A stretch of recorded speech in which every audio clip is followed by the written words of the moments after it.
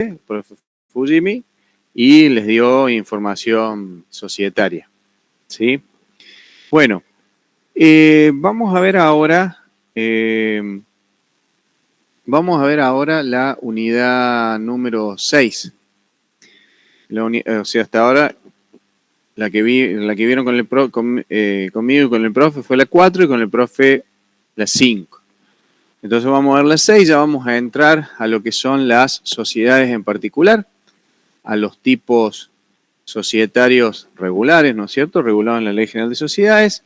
Y recuerdan que yo allá la primera clase que les di, les refresqué un poco la memoria en cuanto a que ustedes tenían, digamos, en cuanto a la clasificación de las sociedades, tenían, digamos, dos grandes grupos. Vamos a decir dos grandes grupos. Tenemos dos grupos en un extremo y en el otro. En un lado estaban las sociedades personalistas o de interés o por parte de interés. Por otro lado, sociedades por acciones. Y en el medio poníamos las sociedades por cuotas y ahí teníamos las SRL. En este caso vamos a ver este primer grupo de sociedades que son las sociedades de personas o sociedades personalistas o sociedades por partes de interés o sociedades de interés, también son distintas formas de llamarles. A ver, algunas cuestiones generales en cuanto a estas sociedades, que son básicamente la sociedad colectiva, la sociedad en comandita simple y la sociedad de capital e industria, ¿sí? A ver, en cuanto a su capital, a diferencia de lo que pasa en una SRL o en una SA, porque ustedes saben, a ver, en una SRL, ustedes saben perfectamente que el capital del SRL se representa en cuotas que son todas de igual valor. Entonces yo podría tener, qué sé yo, 5 cuotas, 10 cuotas, 100 cuotas, 50 cuotas, 1000 cuotas de una SRL, es decir, va variando. En la sociedad anónima el capital está representado por acciones, ¿sí? Yo podría tener 5 acciones, 10, 20, 30, 1000 acciones de una sociedad, todas de igual valor nominal. En el caso de las sociedades personalistas la cosa ya cambia porque el capital de esas sociedades personalistas se representa en lo que se denominan partes de interés, que no tienen por qué ser iguales, a diferencia de lo que pasa con las cuotas o con las acciones, las cuotas en la SRL, las acciones en la SA, las partes de interés no tienen por qué ser iguales, es decir, cada socio tiene una parte de interés que representa un porcentaje X del capital. Por ejemplo, yo podría ser socio de una sociedad colectiva con 2 socios más y yo podría tener, o mejor dicho, mi parte de interés podría representar, por ejemplo, el 50%, ¿sí? Y el del otro, y supongamos del socio B, su parte de interés representará el 25% de capital y del socio C representará el 25% de capital, ¿sí? O mi parte de interés podría representar el 40% y la parte de interés del socio B el 30% y la parte del socio C el 30%. O era 60 o 50 y 10. O sea, no tienen por qué ser iguales. Representan un porcentaje, cada parte de interés de cada socio representa un porcentaje X del capital social. Cosa que va a tener importancia cuando vayamos al estudio del órgano de gobierno en cuanto a cómo se toman las decisiones que no implican modificación del contrato porque se toman por mayoría de capital. Entonces ahí tiene incidencia, obviamente, no es lo mismo tener el 40%, el 50% que el 10% de capital.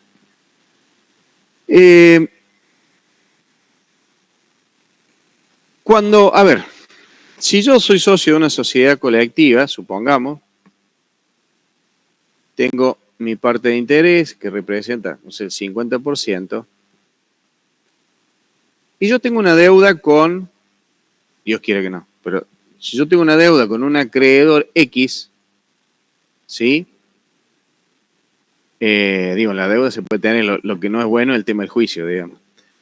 puedo tener una deuda con un acreedor X, ¿está? Y si yo no le pago, ese acreedor, yo una deuda particular, ¿sí? El socio de la sociedad colectiva, puede tener una deuda particular con un acreedor X. ¿Esa deuda del socio es de la sociedad? No, tiene que ser seguro, no. No, la deuda del socio es del socio. Recuerden, sociedad y socio son dos centros de imputación de derechos y obligaciones distintos, diferenciados. Entonces,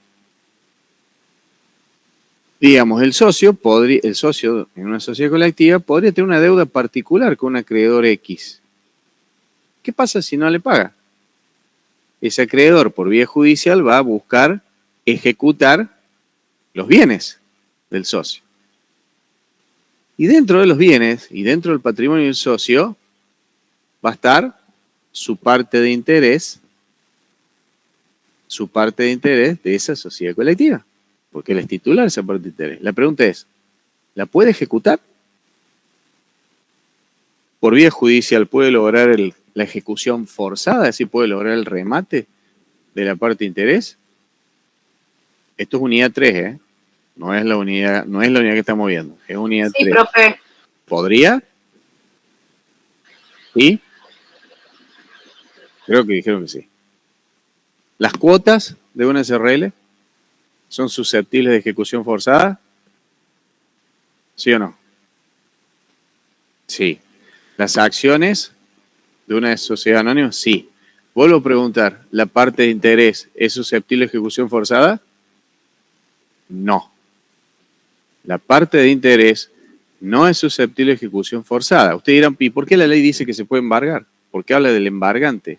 Sí se puede embargar, pero no es susceptible de ejecución forzada. Si por vía judicial no se puede lograr el remate de la cosa. Ustedes dirán, ¿y para qué se embarga?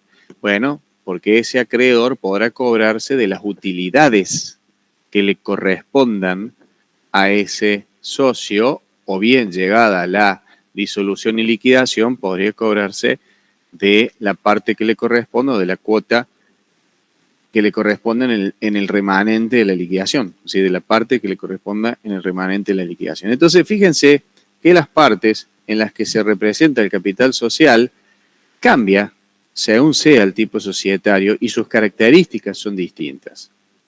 Entonces, vamos a hacer una cosa. Recuerdo, esto que les acabo de decir, las partes de interés de las cuotas y las acciones, en realidad forman parte de la unidad 3. Voy a compartir la ley.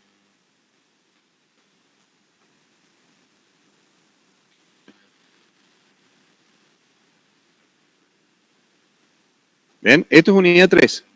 Socios y terceros. ¿Sí? Norma del artículo 357.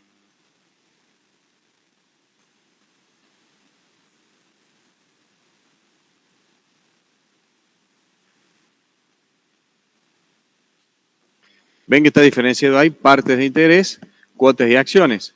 Vamos a la última parte, cuotas y acciones. ¿Qué dice? En las sociedades de responsabilidad limitada y en las sociedades por acciones se pueden hacer vender las cuotas o acciones, es decir, son susceptibles de ejecución forzada, por vía judicial, obviamente, de propiedad del deudor con sujeción a las modalidades estipuladas. Sí, son susceptibles de ejecución forzada. ¿Por qué? Porque ese acreedor puede atacar, digamos, por vía judicial, ejecutar los bienes.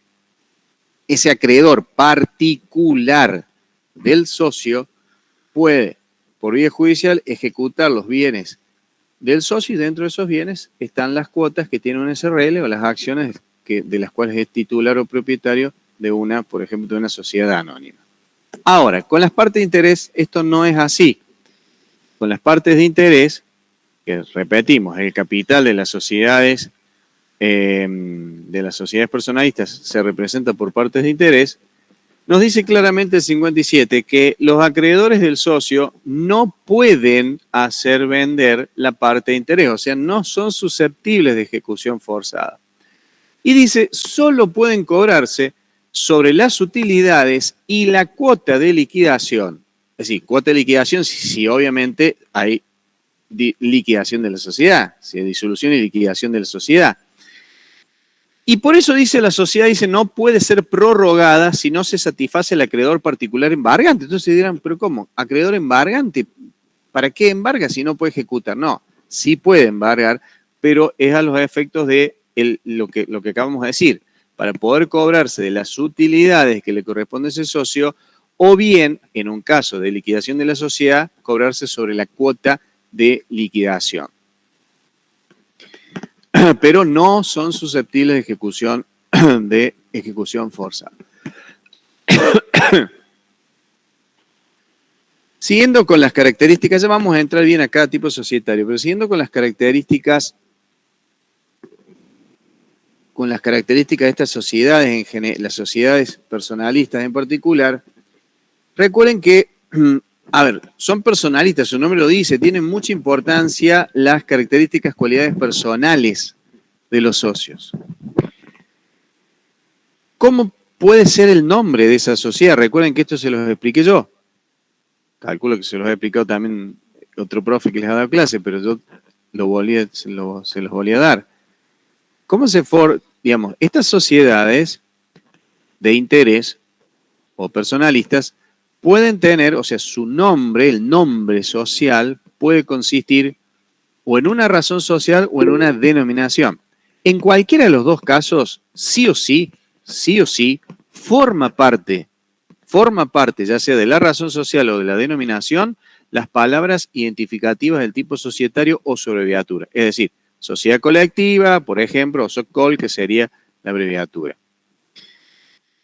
Pero recuerden que cómo se forma la razón social, con el nombre de los socios que tienen responsabilidad ilimitada y solidaria. Más que nada, ilimitada. ¿Sí? Entonces, de esa forma se integra el nombre, digamos, cuando utilizan una razón social. Y si no figura en esa razón social el nombre de todos los socios con responsabilidad ilimitada, habrá que agregarle la frase y compañía su abreviatura. Y siempre unido de las palabras, unido no, porque en realidad forma parte del nombre de las palabras identificativa del tipo societario o su abreviatura. Pero también podrían optar por no usar una razón social y bien usar una denominación, en cuyo caso esa denominación se forma con un nombre de fantasía cualquiera, tenga o no relación con el objeto social y siempre unido de las palabras identifiquen el tipo societario o la abreviatura del mismo. Bueno, hechas estas aclaraciones, es más, ustedes van a ver el tema esto de lo personalista de estas sociedades, de que tienen tanta importancia las características o cualidades personales de los socios,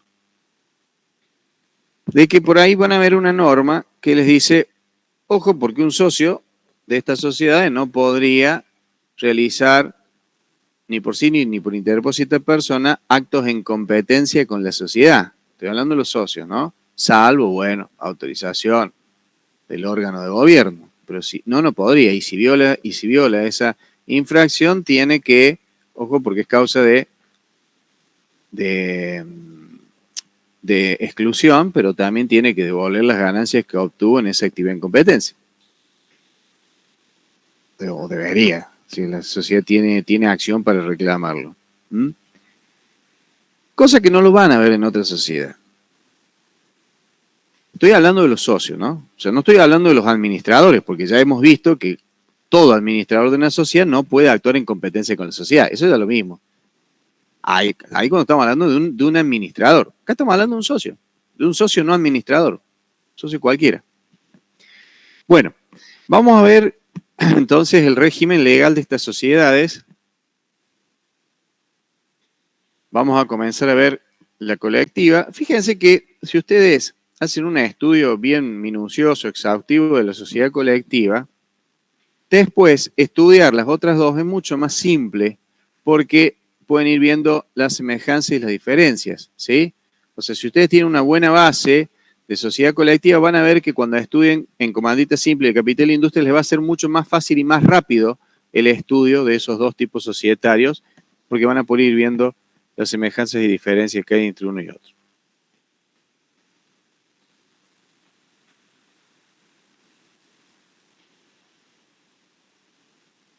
Bueno, comenzamos entonces con la sociedad colectiva. Hecha la aclaración del capital, que eso es aplicable para cualquiera de las sociedades personalistas, lo volvemos a repetir, en este caso estamos analizando la sociedad colectiva, donde su capital, al igual que para los otros dos tipos societarios personalistas, se encuentra representado por partes de interés, que no tienen por qué ser iguales y que, recuerden, no son susceptibles de ejecución forzada. No obstante, sí se pueden embargar los efectos de que el acreedor particular del socio pueda cobrarse de las utilidades o bien, llegado el caso de la liquidación de la sociedad, de la cuota de la liquidación.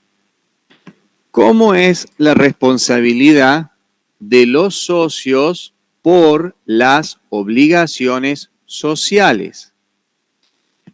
Ustedes por ahí pueden decir, uy, qué pesado el profesor, cómo repite estas cosas. Bueno, lo voy a repetir y lo voy a seguir repitiendo para disminuir el margen de error que hay en los exámenes. Muchas veces, esto que yo les digo ya debe ser la tercera vez que les digo, no confundan la sociedad con sus socios, diferencien la sociedad de sus socios porque no son lo mismo. Muchas veces en los exámenes finales uno le hace una pregunta muy clara y responden y dicen, ¿la sociedad colectiva tiene responsabilidad ilimitada, solidaria y subsidiaria? Sí, la sociedad colectiva tiene responsabilidad ilimitada y solidaria, pero no es lo que se le preguntó. Se le preguntó seguramente la responsabilidad de los socios. Entonces, cuidado cómo escriben y lo que escriben. ¿Sí? O sea, si ustedes están hablando de la sociedad, están hablando de la sociedad. Estamos a decir, uno muchas veces dice que expreso sus palabras. Y si fuera un examen oral, por ahí uno le puede decir, le repreguntar cómo, qué dijo, pero en un examen escrito no. O sea, lo que pusieron en el examen quedó ahí. ¿Tá? Entonces, cuidado con eso. Muchas veces conviene volver a pegar una leída a ver si está todo bien expresado, porque si no, la respuesta no va a estar bien. Entonces, la responsabilidad de los socios, y estos son errores bastante comunes, las responsabilidades de los socios de una sociedad colectiva, primero que hay un solo tipo de socio. Son todos iguales acá. Los socios son todos iguales. ¿Sí? A diferencia de lo que pasa en la encomandita simple o la de capital de industria, acá son todos iguales los socios. Acá no hay distintas clases de socios. Entonces, en este caso, todos los socios, en la sociedad colectiva, todos los socios responden por las obligaciones de la sociedad frente a terceros en forma ilimitada, solidaria y subsidiaria. Recuerden que se los expliqué. Ilimitada responde con sus propios bienes, presente y futuro. Si a su vez es solidaria, no puede invocar el beneficio de división de la deuda. Eso significa que el acreedor de la sociedad podría accionar contra cualquiera de los socios por el monto total de la obligación. Y el socio no puede decirle, no, mire, somos 5 o yo lo vamos a dividir. O mire, hay una cláusula en el contrato que dice que yo en realidad respondo con el 10%. Esa cláusula tiene validez entre los socios, pero frente a terceros no. ¿Sí? Frente a terceros, todos responden en forma ilimitada y solidaria. Y si es solidaria, entonces no pueden invocar el beneficio de división. Y por lo tanto, ese acreedor le puede reclamar a cualquier socio el monto total de la obligación. ¿Estamos? Si después el socio tiene que poner de su bolsillo el monto total de la obligación, bueno, después el socio verá cómo hace para repetir ese valor contra los otros socios. Pero eso ya es una cuestión interna. Al acreedor de la sociedad no le importa eso. Y a su vez es subsidiaria. Esto quiere decir que, la verdad que estaba viendo, no me había fijado, no recordaba que la ley estaba redactada de esa forma. ¿Por qué subsidiaria primera, ilimitada y solidaria? Bueno, debería ser ilimitada, solidaria y subsidiaria, o ilimitada, subsidiaria y solidaria, pero ilimitada es lo primero que debería aparecer. La verdad que no me había percatado. Subsidiaria, recuerden, significa que el socio tiene el beneficio de execución. Es decir, ¿qué significa esto? El socio puede decir, no, mire, primero agote todas las instancias contra los bienes de la sociedad. Se ejecute los bienes de la sociedad y si después de eso todavía le queda un saldo por cobrar, recién ahí venga contra mi patrimonio. ¿Está? Si es no subsidiaria, esto no pasa. Esto quiere decir, si fuera no subsidiaria, entonces ese acreedor social podría ir o a ejecutar los bienes del socio directamente sin haber ejecutado previamente los bienes de la sociedad. Pero eso no pasa acá. Acá la responsabilidad es subsidiaria. Por lo tanto, al ser responsabilidad subsidiaria, el socio puede invocar el beneficio de ejecución de los bienes sociales. Y fíjense lo que les acabo de decir recién, que yo le dije, bueno, el socio podría haber una clausulita en el contrato que diga, bueno, que Juan Pérez va a responder con el 10%, el otro con el 30%, el otro con el 40%. Eso es interno, válido entre los socios, pero no es oponible a terceros. Lo dice ahí el segundo párrafo. El pacto en contrario no es oponible a los terceros. Es válido entre las partes que lo firmaron, entre los socios. Después se reclamarán lo que se tengan que reclamar. Esa es otra historia. Pero frente a terceros, esas cláusulas no son oponibles. O sea, distintas de lo que diga la ley. Bueno, vamos al nombre, que un poquito lo que ya hemos hablado. Fíjense que puede usar denominación, pero también puede usar razón social. Vamos primero con la razón social. Fíjense aquí, por ahí no se confundan con esto. No interesa si es razón social o denominación. Cualquier forma que tenga el nombre de la sociedad siempre integra ese nombre las palabras identificativas del tipo societario o abreviatura. Siempre. Por más que acá la ley no lo diga, es una mera omisión nada más. Bueno, la denominación, que como ya les dije, se forma con un nombre de fantasía cualquiera, que puede o no tener relación con el objeto social. Dice, obviamente se integra con las palabras sociedad colectiva o abreviatura. La ley dice abreviatura. No habla de siglas, como sí lo hace para el SRL, como sí lo hace para el SA. Ahora, si actúa bajo una razón social, que sería la otra posibilidad, esta se formará con el nombre de alguno o todos los socios. ¿Por qué así en general? Porque todos los socios tienen responsabilidad ilimitada y solidaria. Todos los socios tienen responsabilidad ilimitada y solidaria. Entonces, puede figurar el nombre de todos, bárbaro, más sociedad colectiva o abreviatura, perfecto.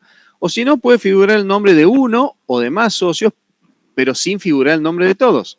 Cuando no figura el nombre de todos los socios, con responsabilidad ilimitada, que en este caso son todos, cuando no figura el nombre de todos, habrá que agregarle la frase y compañía o abreviatura y obviamente más las palabras identificativas del tipo societal.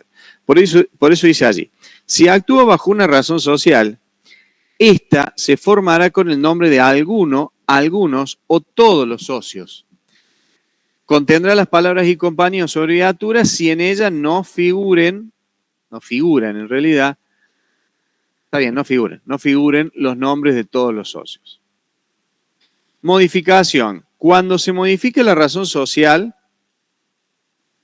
que lleva el nombre de los socios, se aclarará esta circunstancia en su empleo de manera que resulte indubitable la identidad de la sociedad.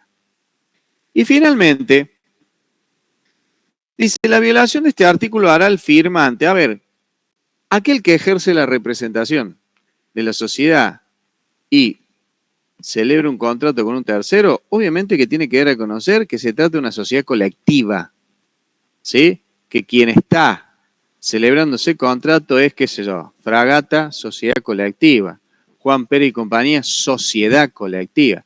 Porque si no se invoca esa sociedad colectiva, ¿sí? La ley prevé esta sanción que dice, la violación de este artículo hará al firmante solidariamente con la sociedad por las obligaciones así contraídas. Bueno, vamos a ver ahora los órganos sociales. Pero voy a cambiar un poco el orden. Y lo primero que vamos a ver es el órgano de gobierno. Acá se va a llamar reunión de socios, ¿sí? Solamente se va a llamar asamblea. En la SA, bueno, y en algún caso, en algún caso en la SRL también se habla de asamblea, pero en general es reunión de socios. Bueno, entonces, la sociedad colectiva, el órgano de gobierno, vamos a saltar estos artículos, vamos aquí.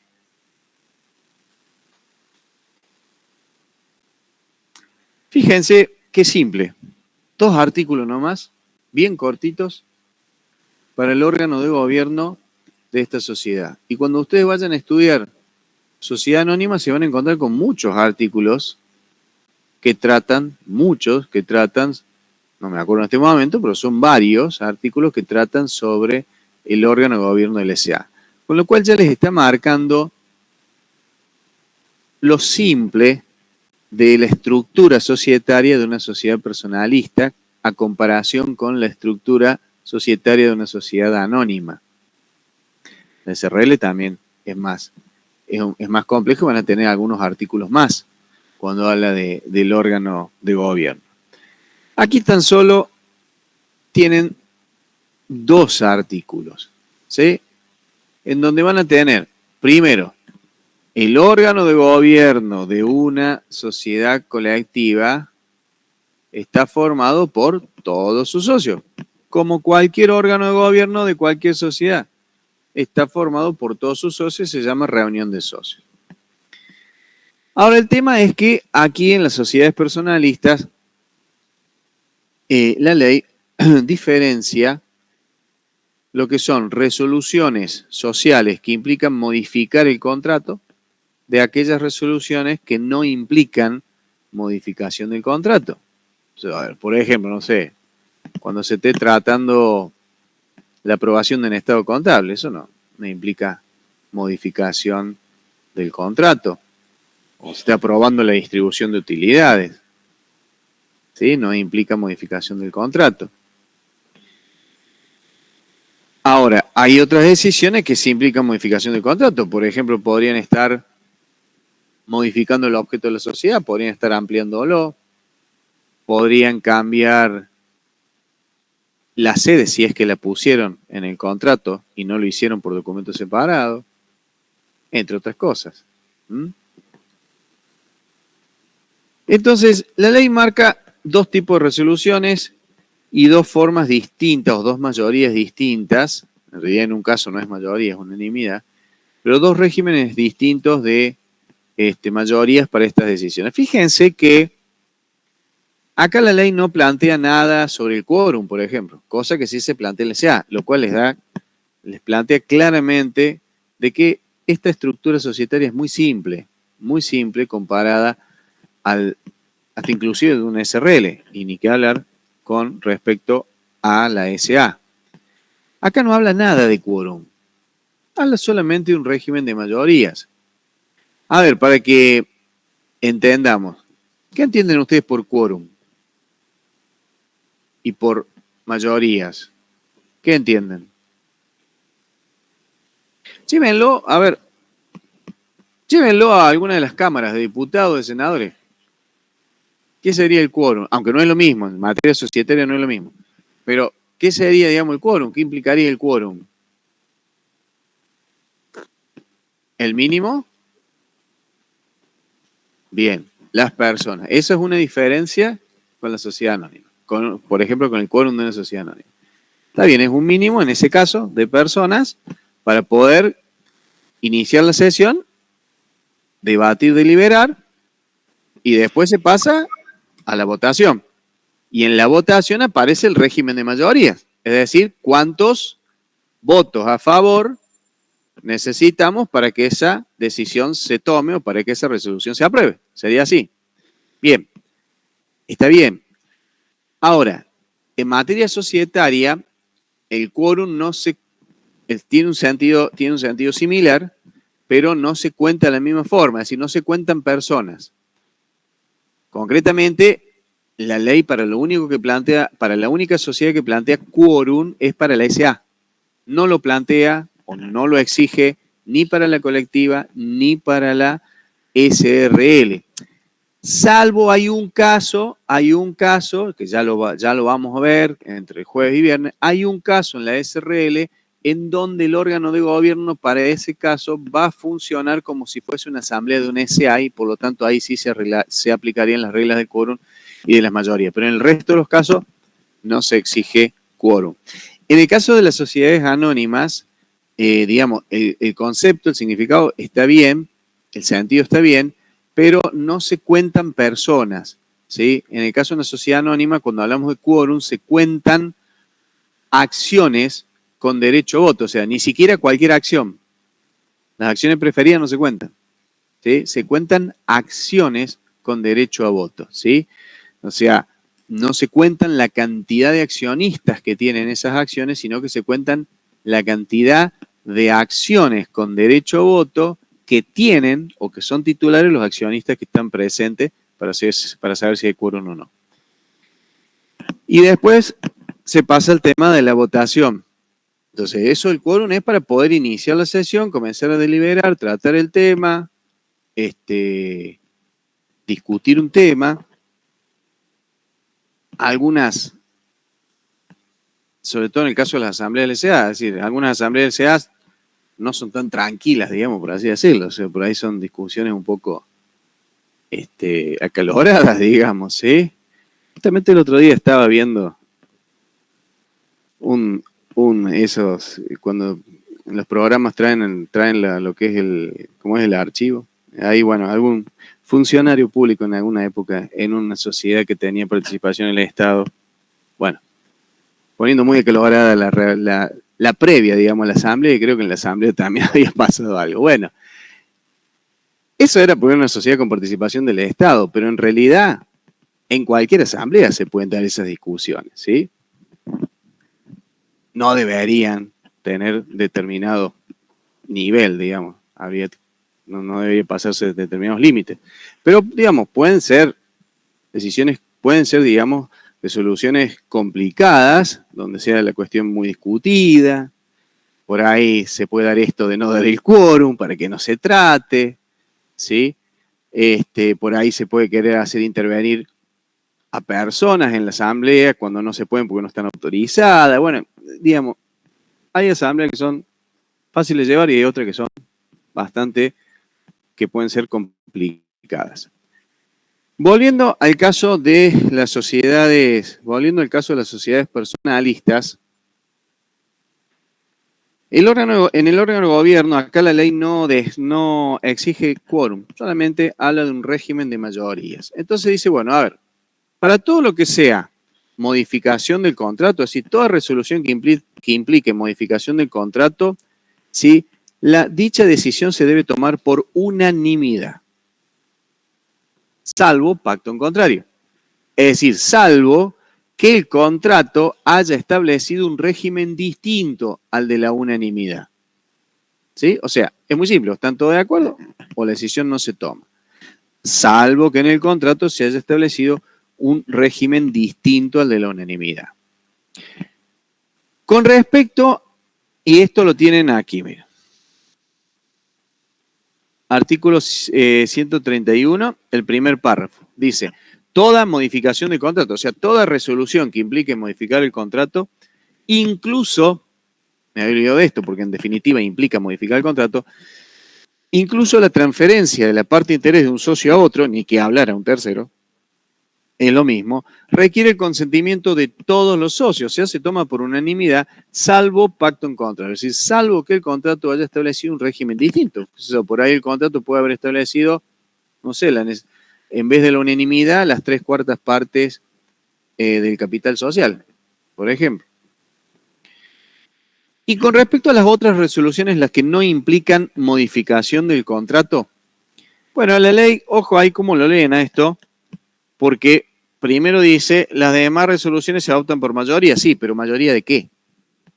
Mayoría solo no sirve de nada. ¿Mayoría de qué?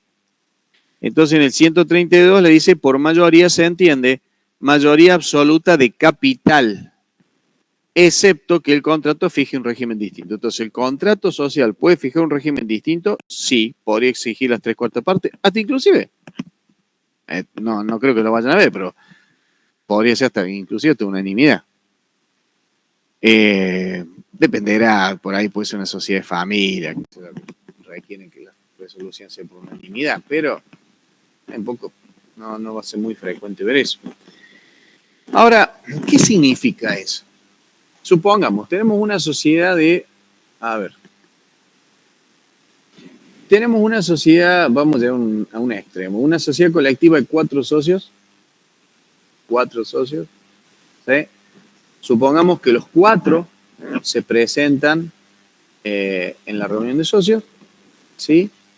Y supongamos que de esos 4, 3 votan a favor. ¿Esa resolución se aprueba? ¿Esa decisión se toma? En ese caso, ¿necesariamente se toma votando 3 a favor? Depende del capital social, exactamente. Depende del capital social, porque ¿qué es lo que se cuenta acá? Capital social. Y todo el capital social. Entonces, no creo que sea el caso, pero podría llegar a darse, de que, cambiemos el ejemplo, vamos a hacerlo así, vamos a hacerlo mejor, 5 socios, es raro, digamos, la sociedad colectiva normalmente tiene pocos socios, pero supongamos que sean 5 socios y tengan el voto, estén los 5 presentes y 3 voten a favor. Entonces uno dirá, bueno, hay mayoría ahí. No, hay mayoría de personas. No hay mayoría de capital. No sabemos si hay mayoría de capital. No lo sabemos. Sabemos que 3 votaron a favor. Ahora, la resolución se toma, la decisión se adopta y habrá que ver si se logró la mayoría del capital social.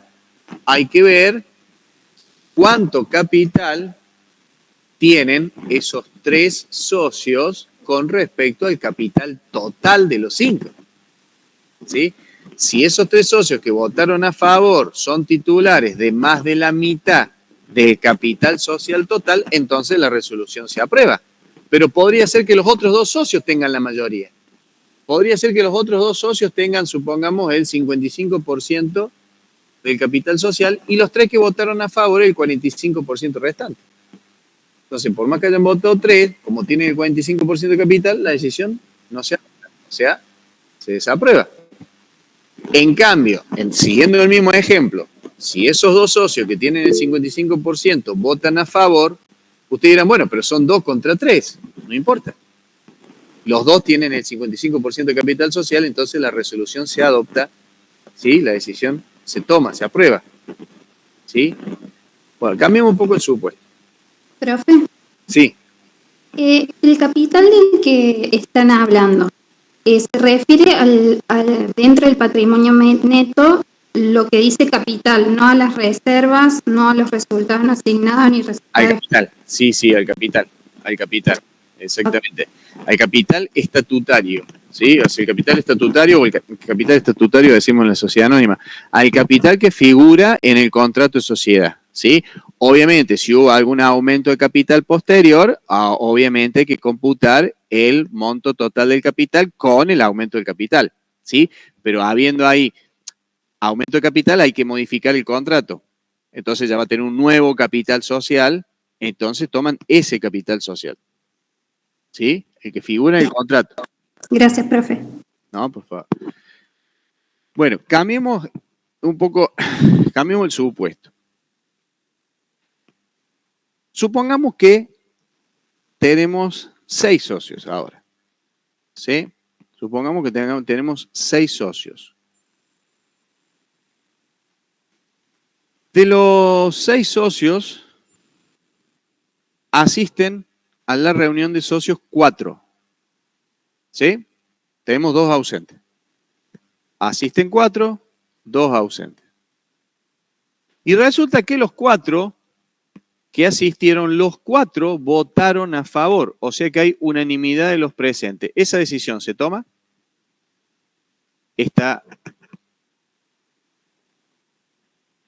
Si tienen mayoría, ¿de qué capital?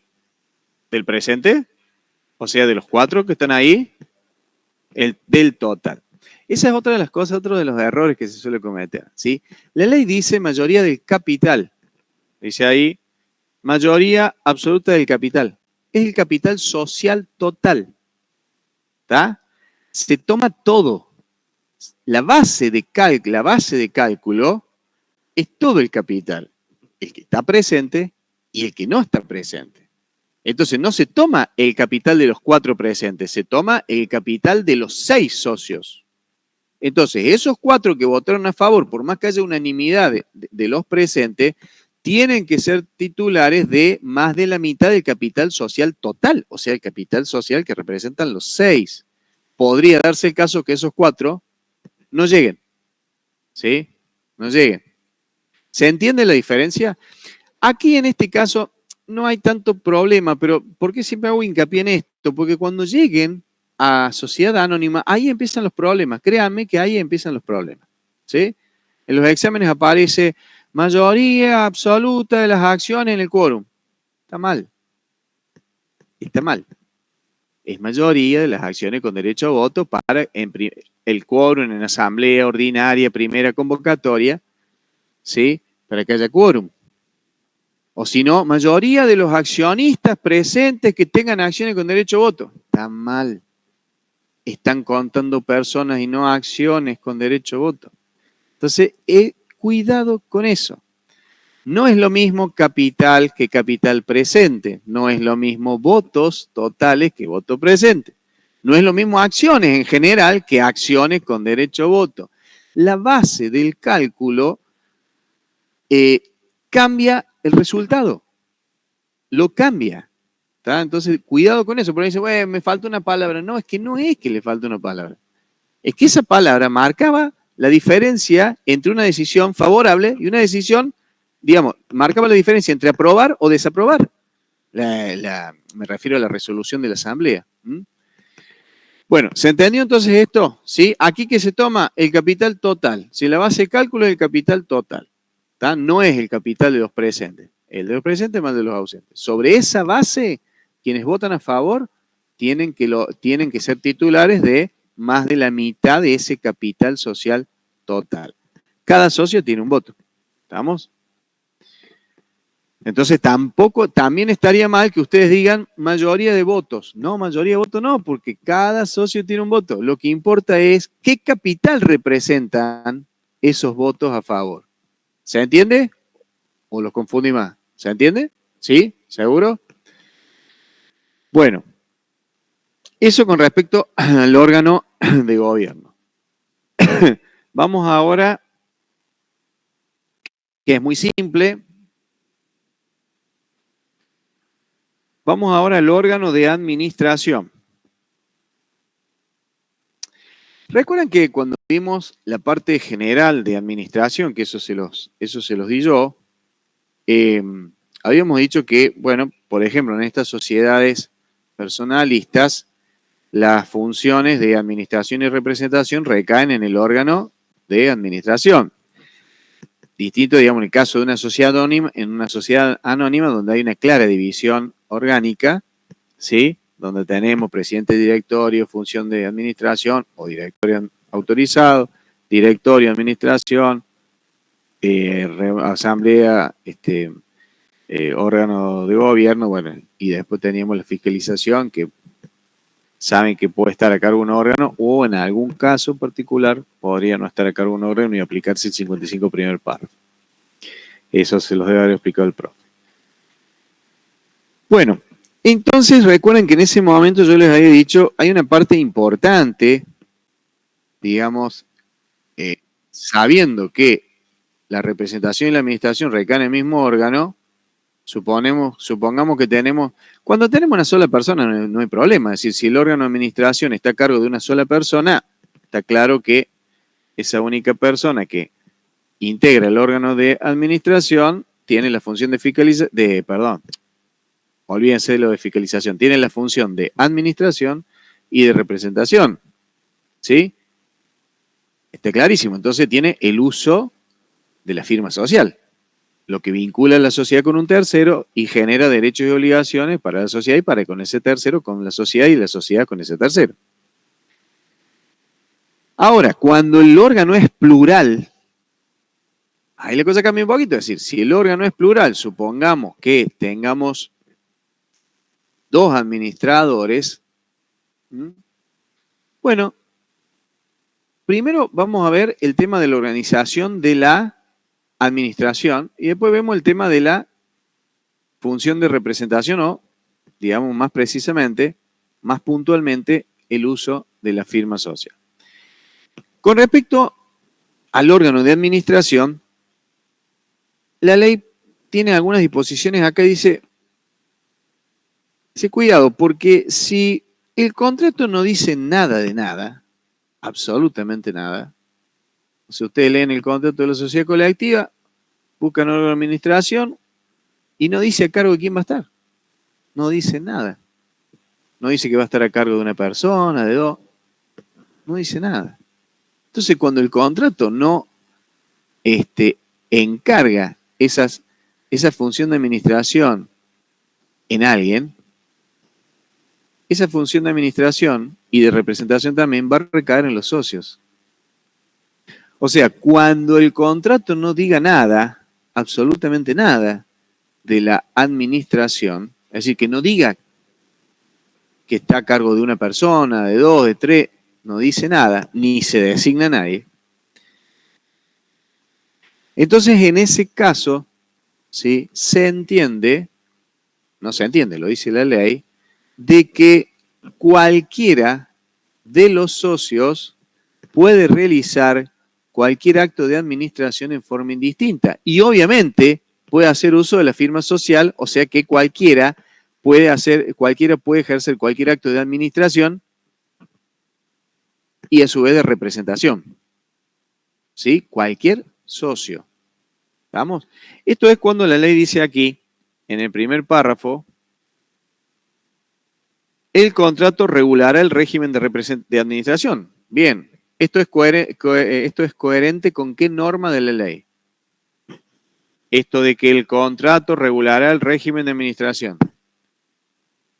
¿Es acorde a qué norma de los primeros artículos que vieron? ¿De qué artículo? ¿Del? ¿Dónde están los requisitos? ¿Qué requisitos? Tipificantes, no tipificantes. Los requisitos no tipificantes, el artículo 11 de la ley, requisitos que deben estar en cualquier contrato de cualquier sociedad, está la organización de los distintos órganos societarios. ¿Sí? Entonces, el 127, acorde a ese artículo 11, dice, el contrato regulará el régimen de administración. Clarísimo. Y si no lo hace, ¿qué pasa? Y si no lo hace, ¿qué pasa?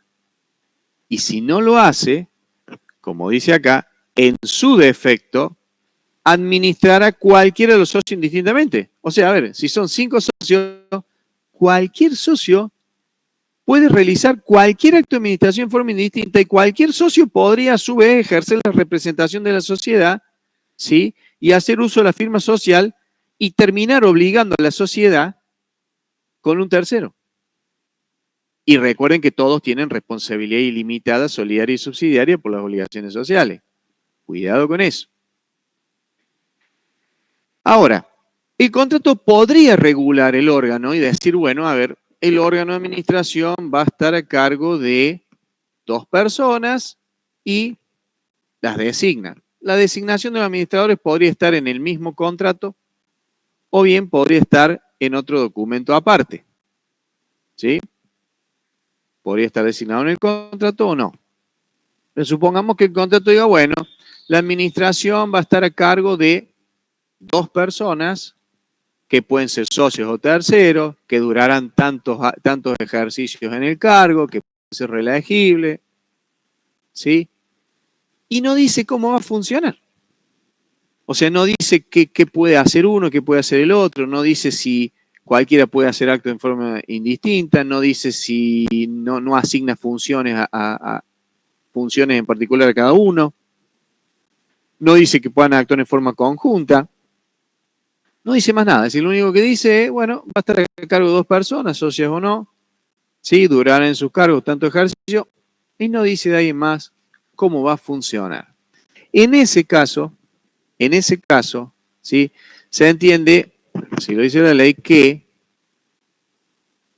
cualquiera de los, y fíjense la diferencia con lo que dije recién, cualquiera de los administradores designados puede realizar cualquier acto de administración en forma indistinta.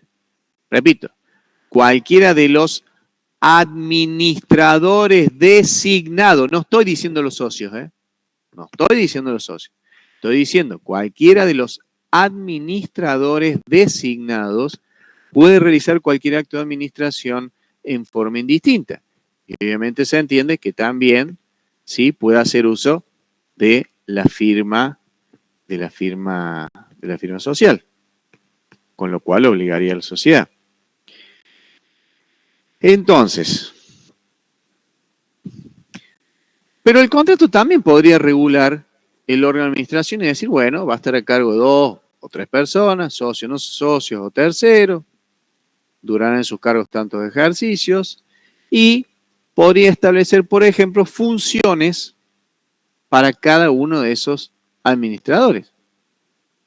O bien podría establecer una administración conjunta, o sea que nada puede hacer un administrador sin el otro. ¿Está? O hasta inclusive podría establecer en forma expresa en el contrato de que cualquier administrador puede realizar cualquier acto de administración en forma indistinta. Es decir, eso que lo veíamos en forma tácita, podría estar por escrito. Con respecto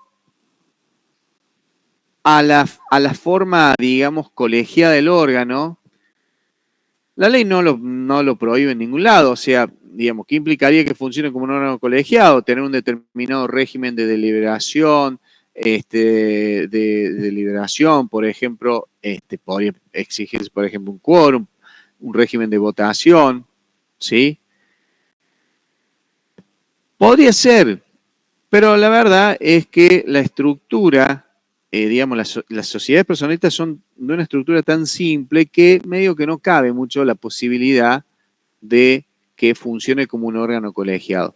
Nada lo impide, o sea, no hay ninguna prohibición legal, podría ser, pero es bastante difícil que eso se dé. ¿Por qué? Porque es tan simple la estructura de la sociedad que, digamos, es medio difícil que ese órgano lo vayan a hacer funcionar como un órgano colegiado, que es una estructura ya más compleja para una estructura societaria tan simple como la de la sociedad, como cualquier sociedad personalista.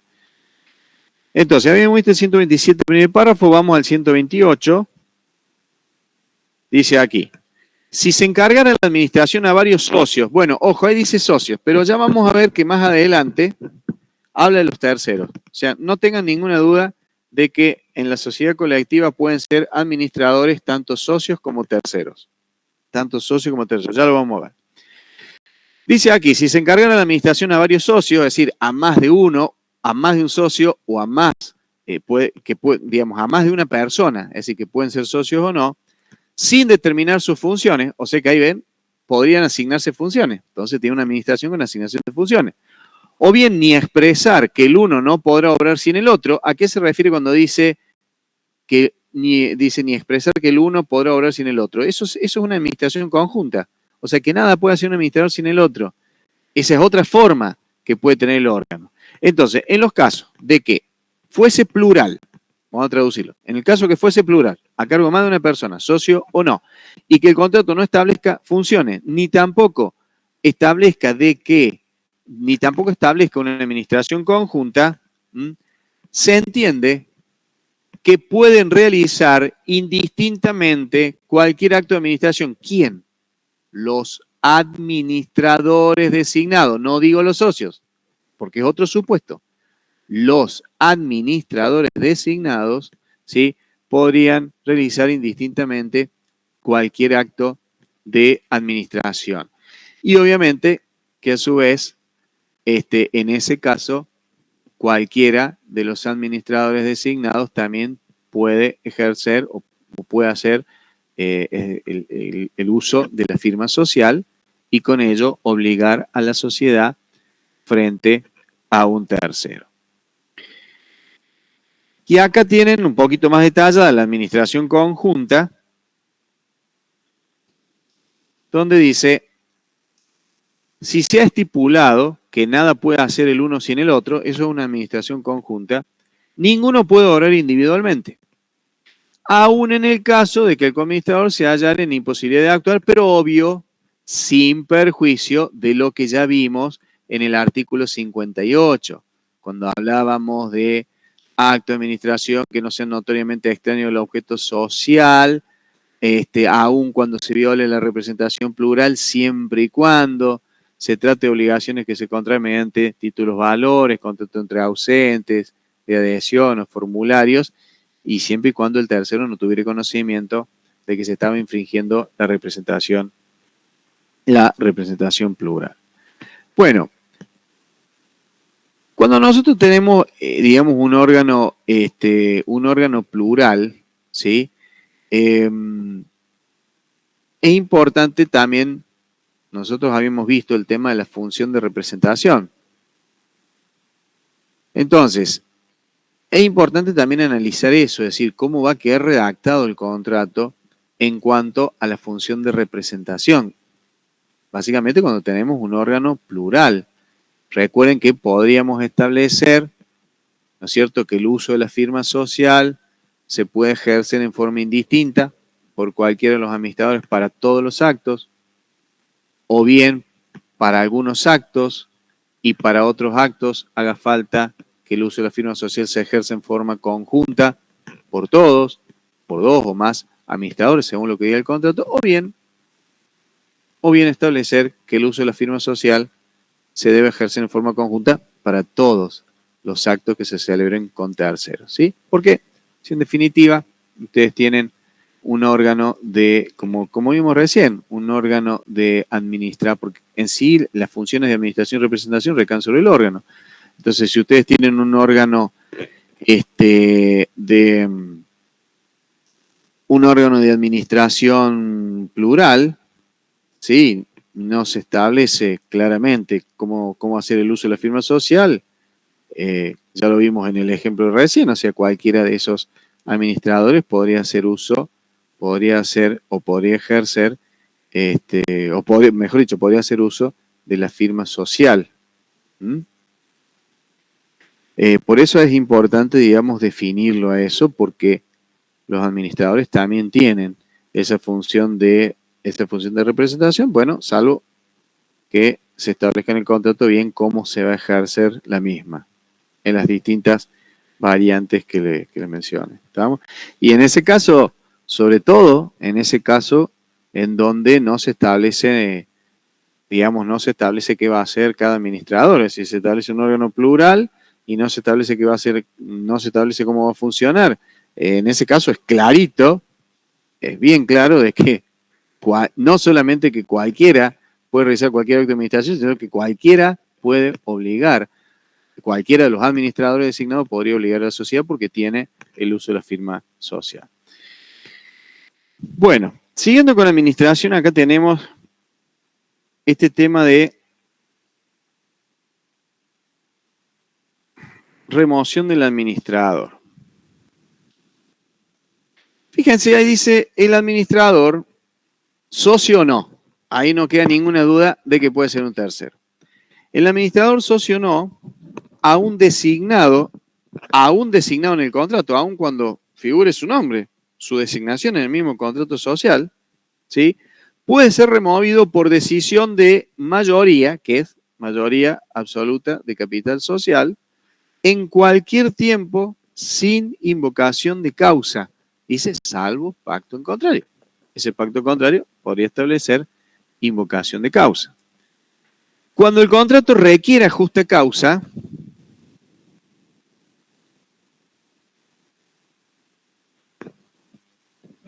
en ese caso va a haber que removerlo judicialmente.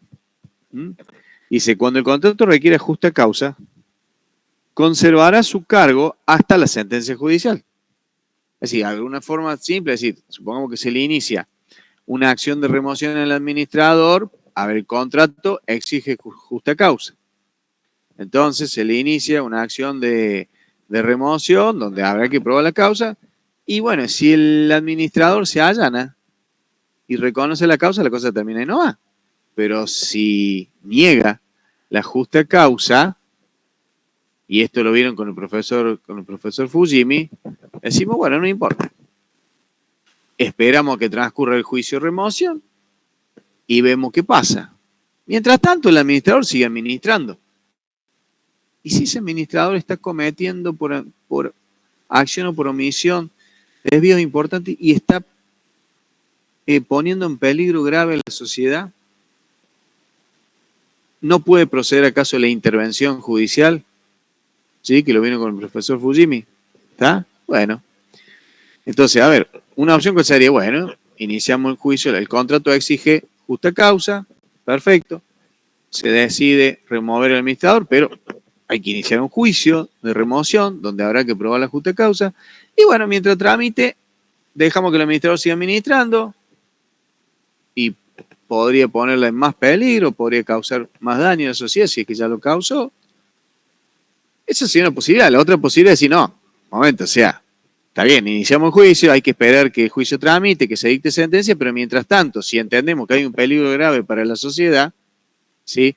Podríamos interponer esa figura, esa cautelar de la intervención judicial de la administración, en donde sabemos que hay tres tipos de intervención, o tres tipos de interventores, que sería el veedor, el coadministrador, o bien, lisa y llanamente, desplazarlo al administrador y designar, en una designación judicial, un nuevo administrador hasta que termine o hasta que se dicte sentencia. Después de ahí más, ya veremos qué pasa, porque por ahí en una de esas no había justa causa.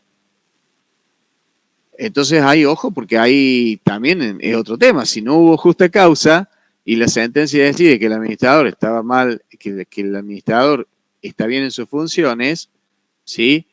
Se podría generar también daño para la sociedad, los socios, el administrador y hasta para terceros. Por eso es que la ley en la intervención judicial les pide a quien lo solicite una contracautela, ¿sí? Una contracautela. Más obviamente los gastos del juicio y toda esa historia. Bueno, entonces, cuando el contrato requiere justa causa, conservará su cargo hasta la sentencia judicial sin negar la existencia de aquella, salvo su separación provisional por aplicación de la sección 14 del capítulo 1, o sea, la que habla de intervención judicial.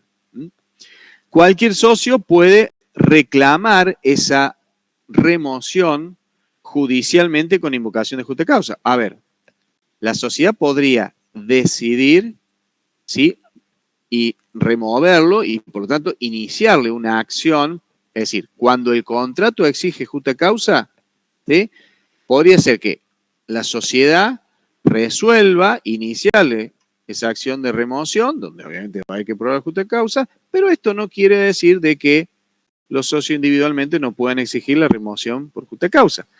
Por eso dice aquí, cualquier socio puede reclamarla, esa remoción, judicialmente con invocación de justa causa. Bien, y después tenemos otro temita aquí al final donde dice, los socios disconformes con la remoción del administrador, cuya designación fue condición expresa para la constitución de la sociedad, tienen derecho de receso. Recuerdan que yo cuando les expliqué las sociedades de la sección 4 les hablé del derecho a receso. ¿Se acuerdan? ¿Sí? Les hablé algo del derecho a receso.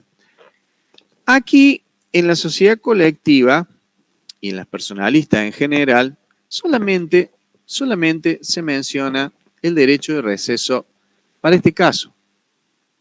Es decir, para aquellos socios disconformes con la remoción de un administrador cuya designación fue condición expresa para la constitución de sociedad. A ver, yo constituyo esta sociedad porque Juan Pérez va a administrar, si no me interesa. ¿Está? Entonces, cuando hay una condición expresa para la constitución de la sociedad y renuevan la designación de ese administrador es condición expresa para la constitución de la sociedad y lo remueven a ese administrador, los socios disconformes podrían ejercer derecho a receso, es decir, derecho a retirarse de la sociedad y a que la sociedad le pague el valor de su parte, con lo cual la sociedad, ¿qué hace? Le compra su parte. ¿Sí? Legalmente, digamos, es el único caso de derecho a receso que aparece aquí en el articulado. Pero, no obstante, digamos, hay otras formas, hay otras causas que dan lugar al derecho a receso, por ejemplo, en la SRL, por ejemplo, en la SA. Entonces, La verdad es que lo mejor, para no entrar en conflictos y en problemas, lo mejor sería que el contrato de la sociedad establezca ese derecho de receso para las otras causales. Por ejemplo, remitiendo al articulado del SRL o remitiendo al articulado del SA. Entonces, de esa manera no habría dudas, ¿sí?, sobre otras causales que podrían generar el derecho de receso del socio. ¿Sí? Uy. Porque si no, podríamos decir, bueno, por vía analógica podríamos aplicar otras situaciones de derecho de receso previstas, por ejemplo, para el SRL. Ahí se podría generar, digamos, hay quienes pueden opinar que sí, hay quienes pueden opinar que no. Entonces, para evitar todos esos problemas, dejarlo mejor por escrito en el contrato. Otra cosa que me estaba olvidando, y es que yo ya se los expliqué cuando vimos funciones societarias en general.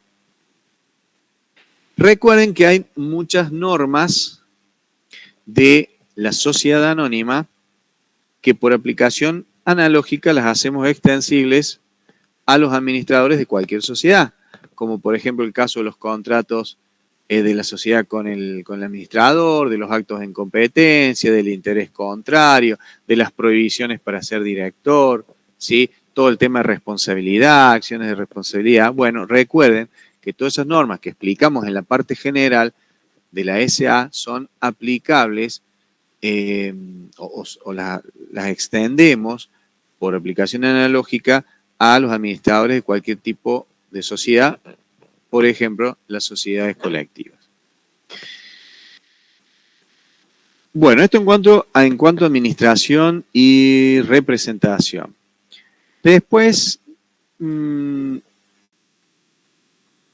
antes de ver fiscalización, tenemos aquí en el artículo 130 que dice: el administrador, aunque fuere socio, puede renunciar en cualquier tiempo.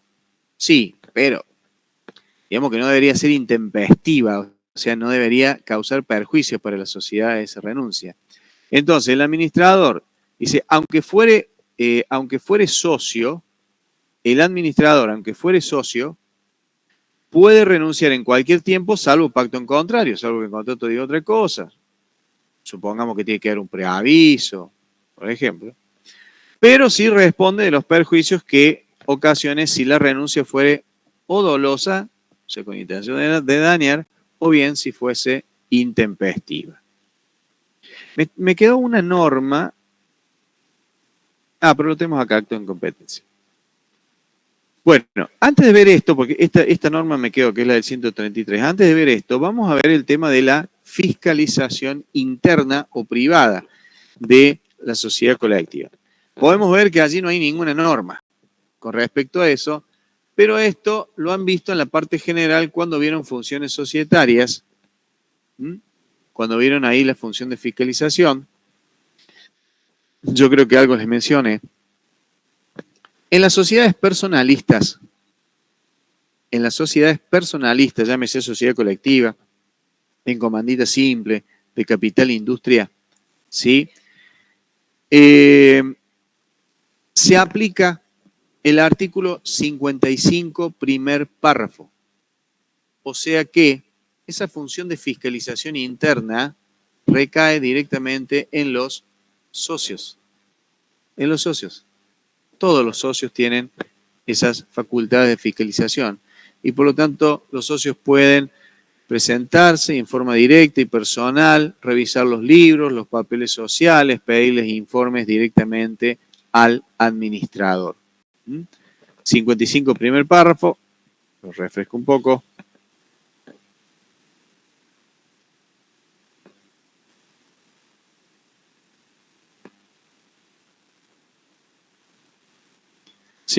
Primer párrafo.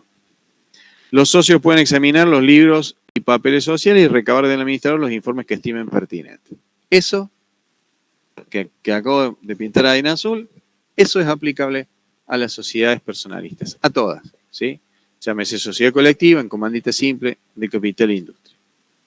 Bueno, me quedaba una norma por ver que no tiene que ver con ninguno de los órganos, que son los actos en competencia, pero no de los administradores, sino los actos en competencia de los socios. Y ahí ven claramente el componente, el fuerte componente personalista de estas sociedades, en donde los socios no pueden realizar, socios, no estoy hablando de socios administradores, socios, no pueden realizar actos en competencia con la sociedad, salvo autorización, autorización de los consocios, y si se infringe esa norma, digamos, van a responder y también deben traer a la sociedad las ganancias que hubiesen obtenido.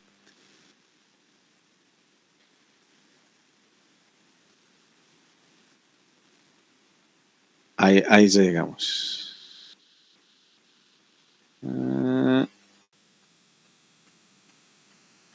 Aquí.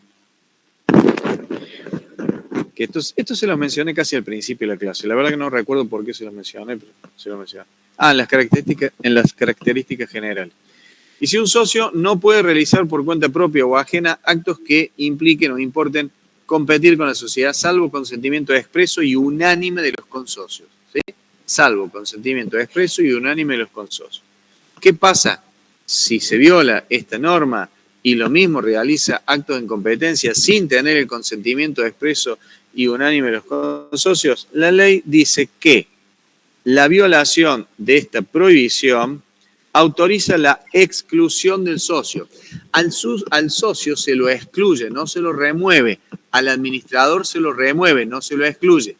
¿Tá? O sea, el administrador, la figura para sacar a un administrador es la remoción. Para sacar a un socio de la sociedad, la figura es la exclusión. ¿Estamos? ¿Y por qué se lo excluye cuando se viola esta prohibición? Porque se entiende que esto sería una justa causa de exclusión que está regulada en el 90 y algo de la ley, no me acuerdo ahora en este momento, ¿sí? Porque implica un grave incumplimiento de los deberes de socio. Uno de los deberes de socio en esta sociedad en particular era justamente no a realizar actos en competencia con la sociedad, salvo que se tuviese conformidad o consentimiento expreso y unánime de los consocios. Entonces, la violación de esta prohibición autoriza la exclusión del socio, la incorporación de los beneficios obtenidos y también el resarcimiento de los daños. ¿Sí? Bueno, eso es sociedad colectiva. Bueno, insistir, con un estudio profundo, bien detallado de la sociedad colectiva, las otras dos se pueden estudiar más rápidamente, ¿sí? Porque lo pueden estudiar a través de las semejanzas y diferencias. Con respecto a toda la parte general, vamos a ver ahora la sociedad en comandita simple. Esta es la forma correcta de escribirlo: en separado, comandita, separado simple. ¿Sí?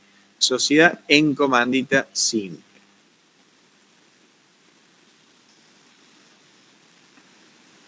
Ustedes dirán por ahí, bueno, pero estas sociedades, no sé si vamos a encontrar alguna. No, a ver, todavía quedan de este tipo de sociedades. Quizá por ahí de las tres, de la colectiva, la comandita simple, de capital e industria, quizá que la que quizás más vean sea la colectiva, en la vida real, digo, ¿no? En la práctica. Pero sigue existiendo la sociedad en comandita simple y la pueden constituir tranquilamente. Obviamente, hay otros tipos societarios que son hoy por hoy mucho más atractivos, como el SRL, como el SA, como la sociedad anónima unipersonal, como la SAS, como la SA unipersonal, ¿sí? Estos tipos de sociedades. Bueno, con respecto al capital decimos lo mismo, se representan en partes de capital. Y con respecto a las clases socios, acá sí tenemos dos clases de socios, lo que son los socios comanditados y los socios comanditarios. Y el régimen de responsabilidad que tienen frente a las obligaciones de la sociedad, es decir, por las obligaciones de la sociedad frente a terceros, obviamente que es distinto. Obviamente que es distinto. El socio comanditario, su responsabilidad es limitada, mientras que la responsabilidad del comanditado es igual que el de un socio en una sociedad colectiva. Y responsabilidad ilimitada, solidaria y subsidiaria. Entonces, artículo 134 dice allí: él o los socios comanditados responde por las obligaciones sociales como los socios de la sociedad colectiva. Entonces, forma ilimitada, solidaria y subsidiaria.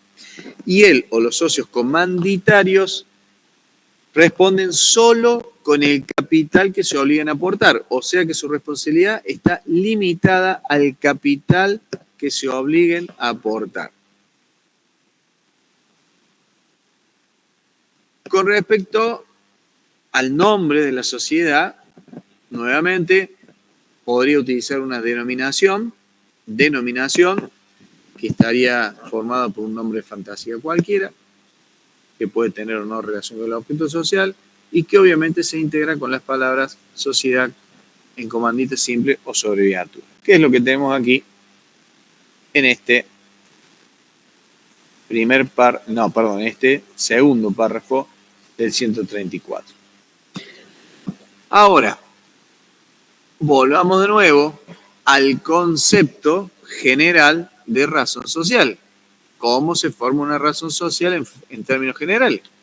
Con el nombre de los socios que tienen responsabilidad ilimitada, y decimos que, bueno, como a su vez todos los tipos regularmente constituidos que regulaban la Ley General de Sociedades, cuando tienen responsabilidad ilimitada también es solidaria, si normalmente se dice todos los socios, que se forma con el nombre de los socios que tienen responsabilidad ilimitada y solidaria.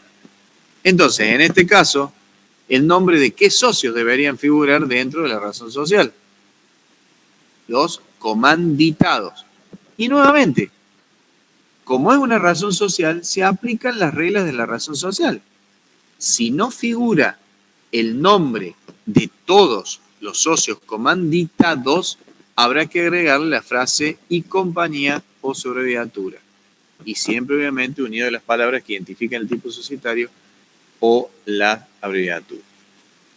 Entonces, esta parte que dice, si actúa bajo una razón social, esta se formará exclusivamente con el nombre o nombres de los comanditados y de acuerdo con el artículo 126. Entonces, recuerden, como es una razón social, se aplican las reglas de la razón social. Si no figura el nombre de todos los socios comanditados, entonces habrá que agregarle y compañía o su abreviatura.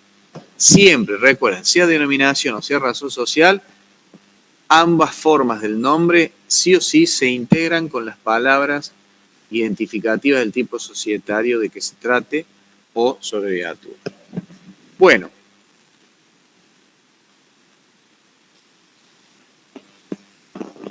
El capital comanditario se integrará solamente con el aporte de obligaciones de dar. Por lo tanto, el socio comanditado podría aportar obligaciones de dar o de hacer. Recordemos un poquito el capítulo de socios.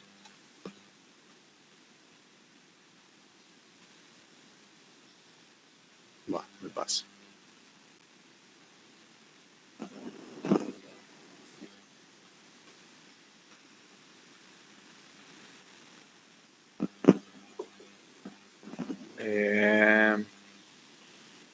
Capítulo de socios. Artículo 38.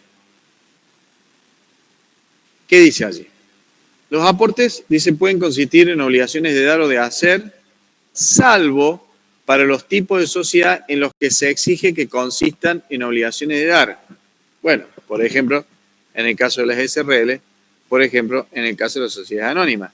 Y para el caso de la sociedad en comandita simple, para el caso del socio comanditario. El socio comanditario solamente puede realizar aportes que consistan en obligaciones de dar. Y digamos, por aplicación analógica a las normas, decimos que también debe tratarse de bienes determinados y susceptibles de ejecución forzada, justamente coherente con la responsabilidad limitada que tiene ese socio. Volvemos de nuevo.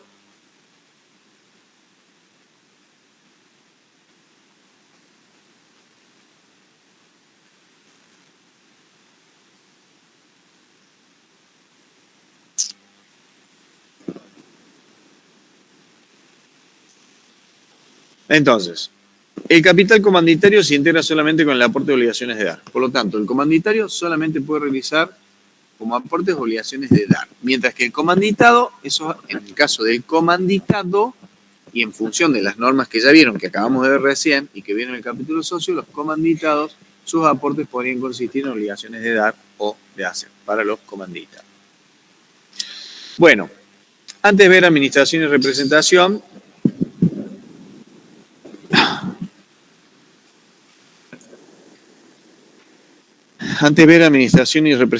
vamos a ver el órgano de gobierno. No cambia nada. Es lo mismo que se vio en sociedad colectiva. El órgano de gobierno de una sociedad en comandita simple es la reunión de socios. Cuando digo socios, digo todos los socios. Comanditados y comanditarios. Repito, todos. Esto muchas veces confunden las normas de administración con las de gobierno. Todos los socios de una sociedad en comandita simple, ya sea comanditados o comanditarios, ¿sí?, forman el órgano de gobierno de la sociedad en comandita simple, o sea, forman parte de la reunión de socios y tienen derecho a voz y a voto. ¿Sí? Dicho esto, vamos a ver esta norma, que es la que puede traer algún tipo de confusión. La segunda parte del 139 dice: los socios comanditarios tienen votos en la consideración de los estados contables y para la designación de administrador. Si uno lo lee así rápidamente, pareciera que los socios comanditarios solamente tienen derecho a voto con respecto a esos dos temas. Si uno lo lee rápidamente, sin analizarlo, pareciera que tienen derecho a voto solamente con respecto a esos dos temas. Y eso es incorrecto. ¿Sí? Lo que quiere, o lo que se quiere transmitir allí, o lo que la ley quiere transmitir allí, es que los socios comanditarios también tienen derecho a voto con respecto a esos dos temas. ¿Sí? Eso es lo que se quiere manifestar. ¿Por qué? Porque eso viene de una discusión doctrinaria muy vieja y ya totalmente superada. Totalmente superada. La discusión versaba alrededor de que si la consideración de estados contables y la designación de administrador eran actos que eran de competencia del órgano de gobierno o eran de competencia del órgano de administración. O sea, si eran actos que le competen al órgano de gobierno o bien eran actos de administración. Entonces, a ver, si llegáramos a la conclusión, que no vamos a llegar porque no es así, pero si llegáramos a la conclusión de que,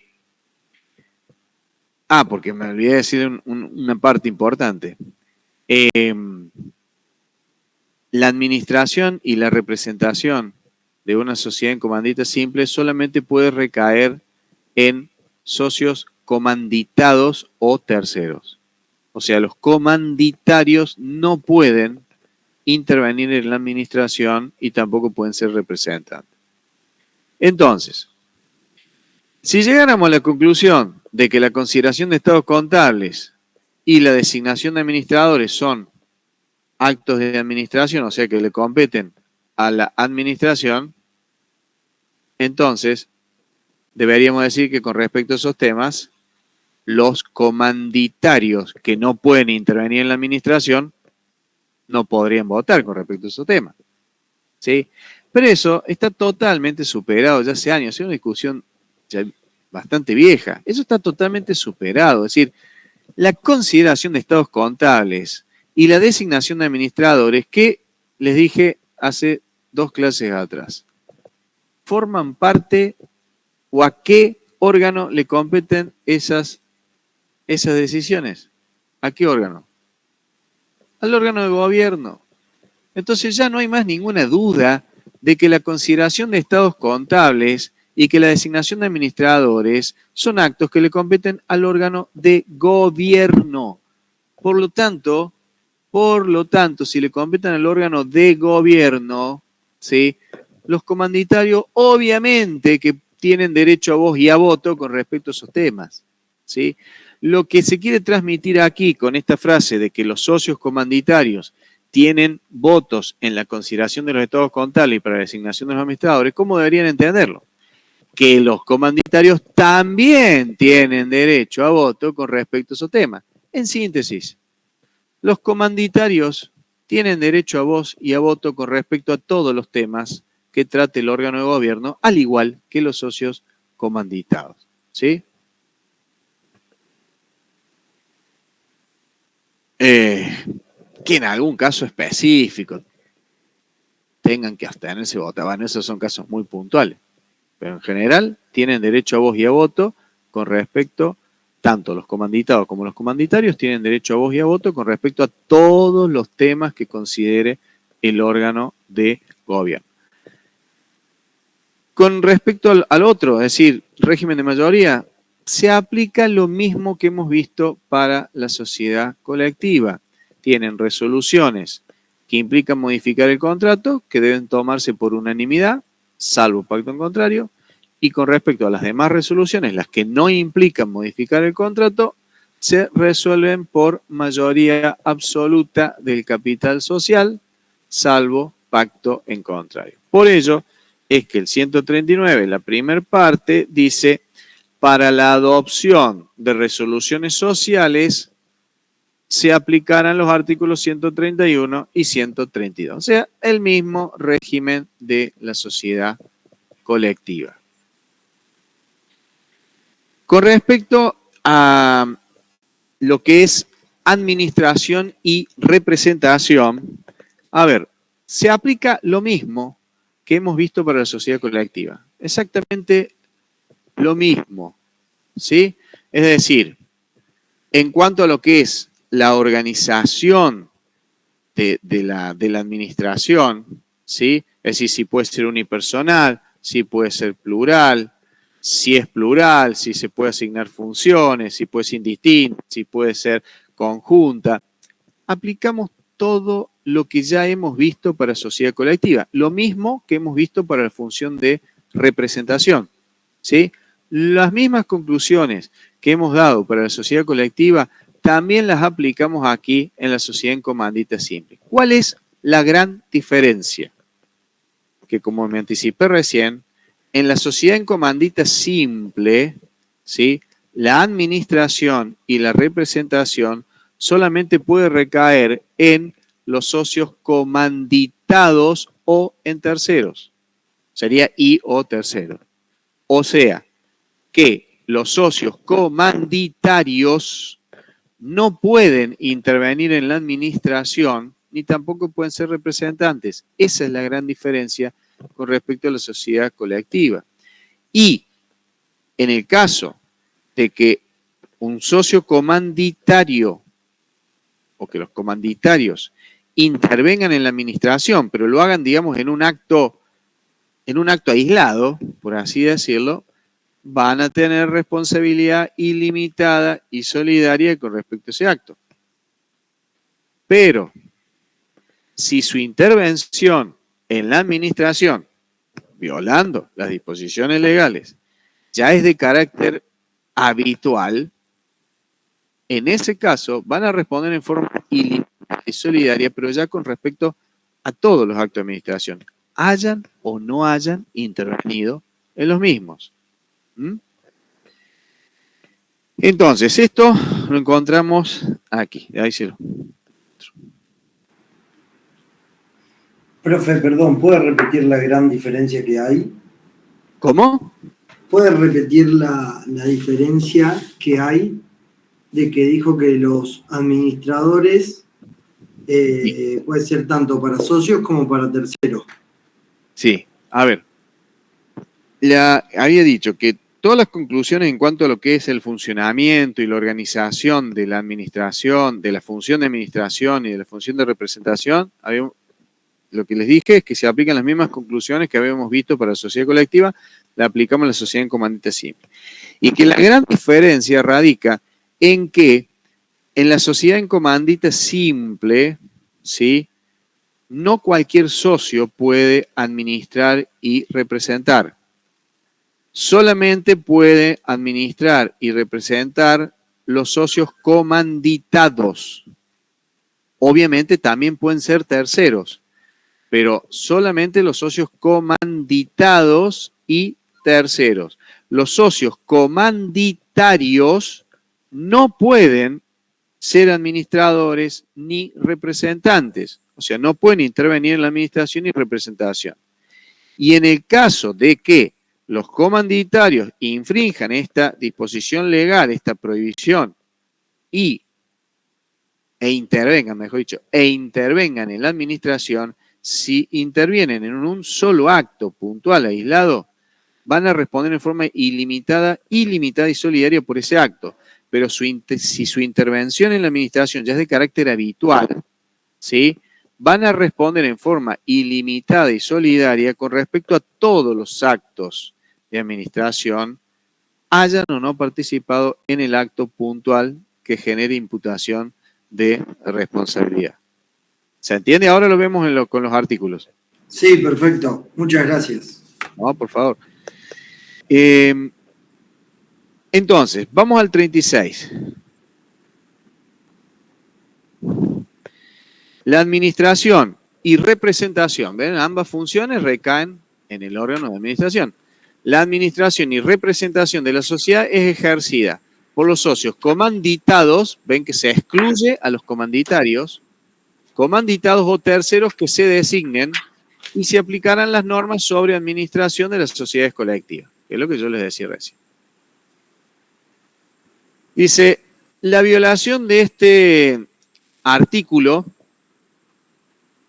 y el artículo 134, que hablaba del nombre, segundo y tercer párrafo, y se hará responsable solidariamente al firmante con la sociedad por las obligaciones así contraídas. Y acá en el 137 tienen puntualmente las prohibiciones del socio comanditario, donde dice que el socio comanditario no puede inmiscuirse en la administración, no puede intervenir en la administración. Si lo hiciere será responsable ilimitada y solidariamente, aclaro yo, con respecto a ese acto particular en el cual tuvo intervención, cuando se trata de un acto, de un solo acto, es decir, un acto puntual aislado. Ahora, su responsabilidad se extenderá a los actos en que no hubiera intervenido cuando su actuación administrativa administrativa fuere habitual. Tampoco puede ser mandatario, ¿sí? La violación de esta prohibición hará responsable al socio comanditario, como en los casos en que se inmiscuya, sin perjuicio de obligar a la sociedad de acuerdo con el mandato. Y después finalmente dice, bueno, está bien, los comanditarios no pueden intervenir en la administración, entonces ¿qué pueden hacer? Y aparecen acá los actos autorizados al comanditario, que la verdad no haría mucha falta ponerlo, porque en realidad lo que dice ahí son todos actos que hacen a sus facultades de fiscalización. Dice, no son actos comprendidos en las disposiciones del artículo anterior, por lo tanto, como no están comprendidos en la disposición anterior, sí lo pueden realizar los actos de examen, de inspección, vigilancia, verificación, opinión, consejo, que en definitiva hacen a las facultades de fiscalización que tienen conforme al artículo 55, primer párrafo, al igual que los socios comanditados. Solamente que en este caso los comanditados podrían ser administradores, pero también podrían ser administradores terceros, ¿sí? Y por lo tanto los comanditados también tendrían estas facultades de examen, inspección, etcétera, es decir, que hacen a la función del 55 primer párrafo. Bueno, a ver, quiero que no me haya olvidado nada. Caracterización está, denominación está, aportes está, administración y representación lo acabamos de ver. Órgano de gobierno ya lo vimos. Representación también. Bueno, antes de ver fiscalización, vamos a ver esto y con esto terminamos. Mañana damos Capital e Industria. Mañana es martes. el jueves. El jueves damos Capital Industria y damos una parte de SRL y el viernes terminamos de dar SRL. O sea que sería el 6 y 7. ¿Sí? Unidad 6 y 7. Bueno, vemos esta partecita y nos vamos. Dice aquí.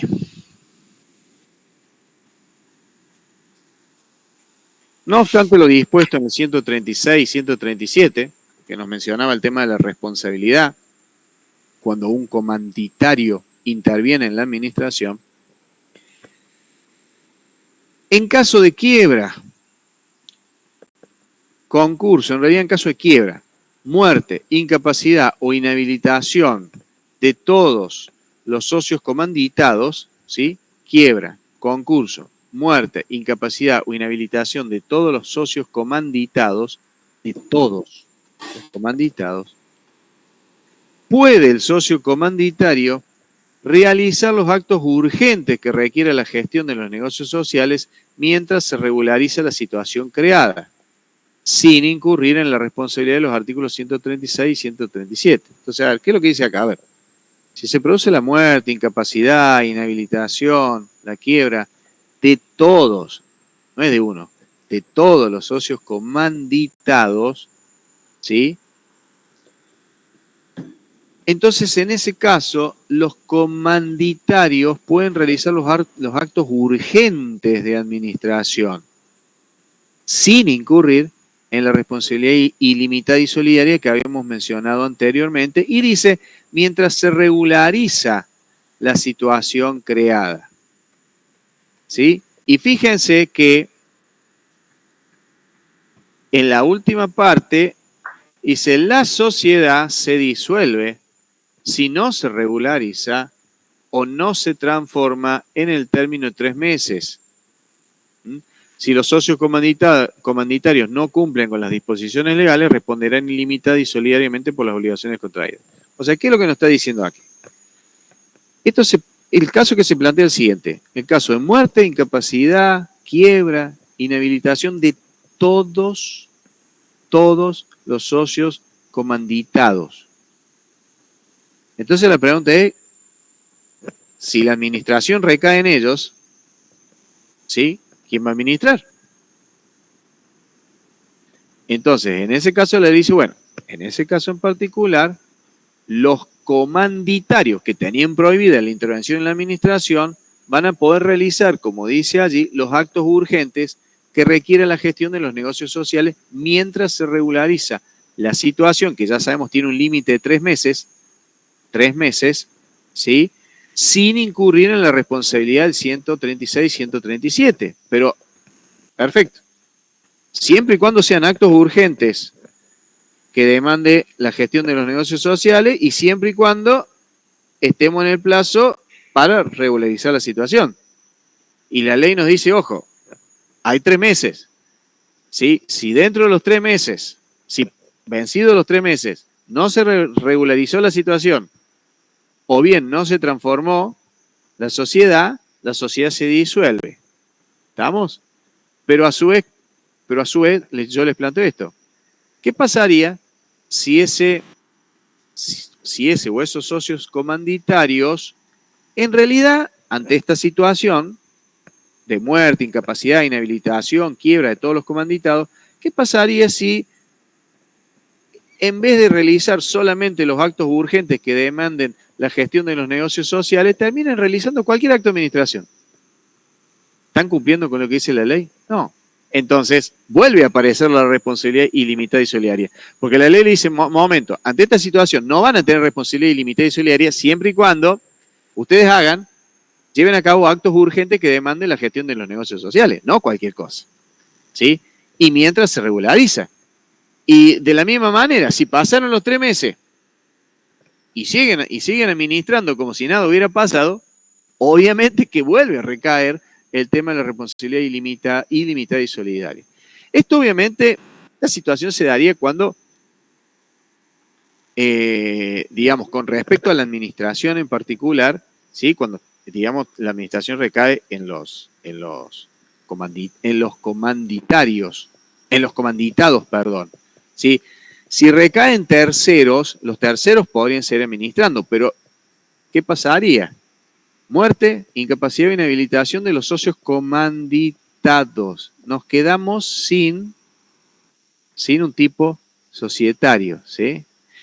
Obviamente que en el caso de muerte hay que ver qué dice el contrato. No me quiero meter ya en otros temas que disparan hacia otras unidades, como la unidad que trata sobre resolución parcial, porque hay que ver qué pasa ante la muerte, hay que ver qué pasa, digamos, ante la muerte de un socio.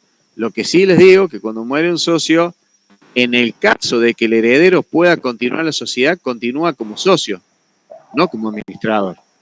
¿Sí? La administración, digamos, no se hereda. ¿Estamos? Pero habría que ver, hay otras cuestiones que ver. Pero lo que tienen que tener en claro ustedes es eso. Ante esta situación excepcional de muerte, quiebra, incapacidad, inhabilitación de todos los comanditados, ¿sí? De los comanditados, bien digo, en ese caso, la ley le permite a los comanditarios realizar actos urgentes que demanden la gestión de los negocios sociales sin incurrir en la responsabilidad ilimitada y solidaria mientras se regulariza la situación. Situación que debe regularizarse en el término de 3 meses, ¿sí? O bien transformarse la sociedad, porque ya nos está faltando un elemento tipificante, que son los socios comanditados. Si pasan esos 3 meses y siguen administrando como si nada hubiera pasado, vuelve a recaer la responsabilidad ilimitada y solidaria, de la misma manera que si realizan cualquier acto de administración, ¿sí?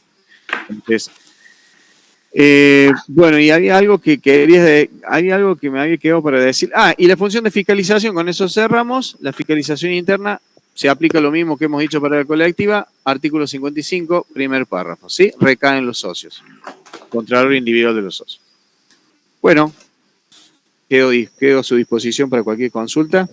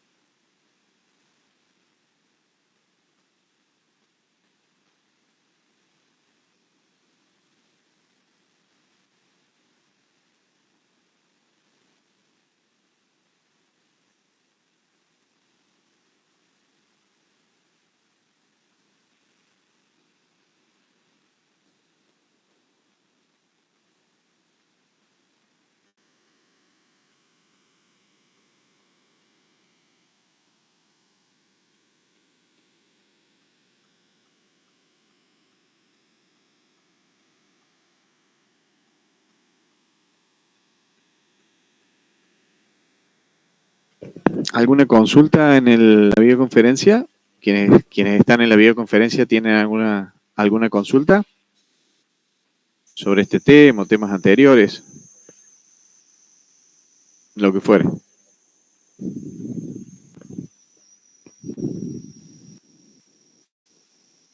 Bueno, muy bien.